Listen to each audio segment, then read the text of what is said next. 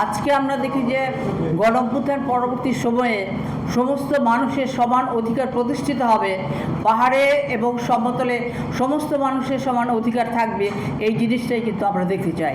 অথচ আজকে 10 মাস অতিক্রান্ত হয়ে গেল, আগামী মাসে কিন্তু জুলাই মাস আসছে।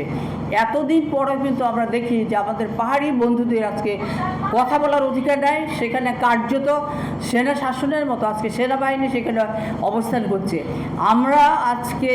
আমি গণতান্ত্রিক বিপ্লবী পার্টির সাধারণ সম্পাদক হিসেবে এবং সমস্ত প্রগতিশীল রাজনৈতিক দলগুলোর পক্ষ থেকে বলতে চাই যে আমরা এই ঘটনাকে নিন্দা জানাই, আমরা এটার প্রতিবাদ জানাই।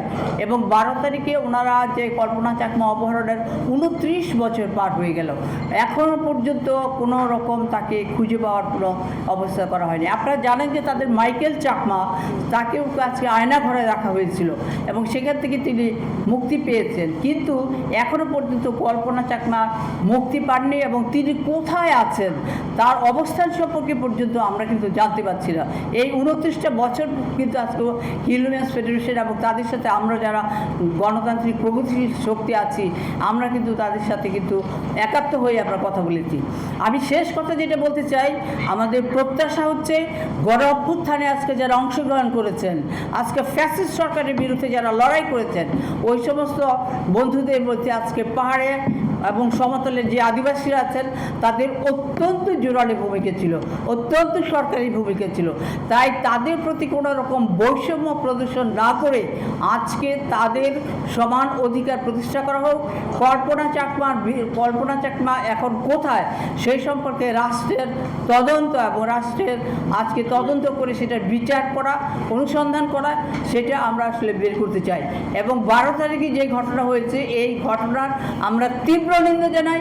পাশাপাশি বলতে চাই, এখানে ওয়ালিউড সান প্রভা, তারপরে এখানে নীতি পরিষ্কার করে বলেছেন যে তারা মামলা নিতে গেছেন, আজকে থানায় তাদেরকে মামলা নেওয়া হলো।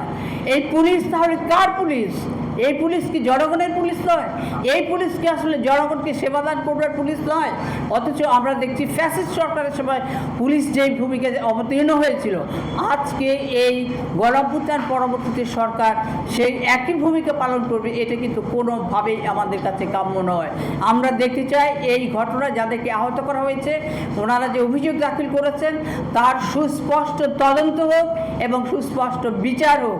তারা নাম উল্লেখ করে, এবং এখানে আছেন যে উষাতন চাকমা, উনিও কিন্তু আমাকে ছবি দেখিয়েছেন। আজকে এখানে ওনারা যে দুটো নাম বলেছেন, ইমরান হোসেন এবং ফাহিম, যে নাম তাদেরকে বলে সাধারণ সম্পাদক, ছাত্রদলের সাধারণ সম্পাদক কাউখালী ডিগ্রি কলেজে, তাদের ছবি সহ কিন্তু আজকে তারা আমাদেরকে দেখাচ্ছেন। তাহলে এখনও পর্যন্ত কেন তাদেরকে গ্রেফতার করা হচ্ছে না? আজকে এখনও ক্ষমতার বাইরে তারা, এখনও আজকে তাদের অপরাধের কোনো বিচার হচ্ছে না, এমনকি তাদেরকে গ্রেফতার পর্যন্ত করা হচ্ছে না। আজকে যারা শিকার হয়েছেন, এই আজকে হামলার শিকার হয়েছেন, তাদের মামলা পর্যন্ত গ্রহণ করছেন না। এইগুলো আমরা মনে করি গণ অভ্যুত্থানের স্পিরিটের বাইরে।